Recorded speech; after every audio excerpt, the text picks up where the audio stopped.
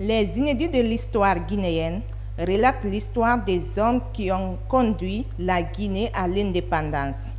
Parmi ces hommes et femmes, l'auteur fait mention d'une célèbre femme dont le nom reste toujours vivant dans l'histoire de la Guinée, Mbalia Camara. L'histoire qu'on nous apprend toujours à l'école sont presque des mêmes histoires. Depuis que nous faisons l'école primaire et depuis que nous n'avons pas eu la chance, depuis nos aînés, c'est toujours les mêmes histoires. Le ministère de l'Éducation doit communiquer là-dessus.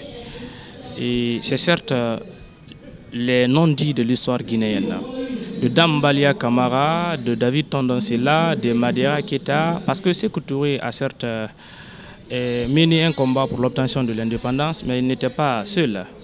Et il n'était pas le seul meneur. Il y avait aussi d'Ibrahima Bari III de PL, Parti Socialiste. Il y avait aussi Bari Yawadou de BAG. Donc chacun a fait son apport, chacun a joué un rôle pour l'obtention de l'indépendance. Au cours de la dédicace, quelques extraits du livre ont été lus pour le public. Pour l'auteur, l'ouvrage campe l'histoire générale de l'Afrique et surtout celle de la Basse-Côte. Le document est reparti en 3 parties. La première partie parle de l'authenticité africaine en faisant allusion à l'histoire dont moi-même j'ai été auteur et témoin involontaire et faisant montre vraiment combien de fois l'Afrique et l'Africain doivent garder son authenticité et ses valeurs.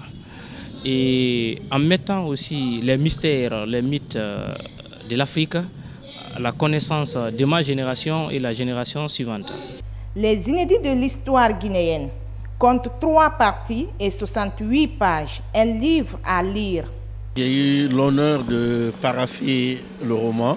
Je n'ai pas lu tout le contenu, mais honnêtement, j'ai été marqué par le sérieux qui s'est donné dans l'écrit. Parce qu'il n'est pas de l'ancienne époque. Le jeune est de la nouvelle génération. Avoir toutes ces informations, il faut beaucoup bouger. Surtout parlant de l'histoire de Mbalia qui a marqué beaucoup de personnes avec un peu de féminisme. Les femmes, il faut donner cette histoire de genre. Moi, je pense que cette partie m'a beaucoup touché. Ce livre allonge la longue liste des essais de nos hommes de culture qui nous racontent notre histoire.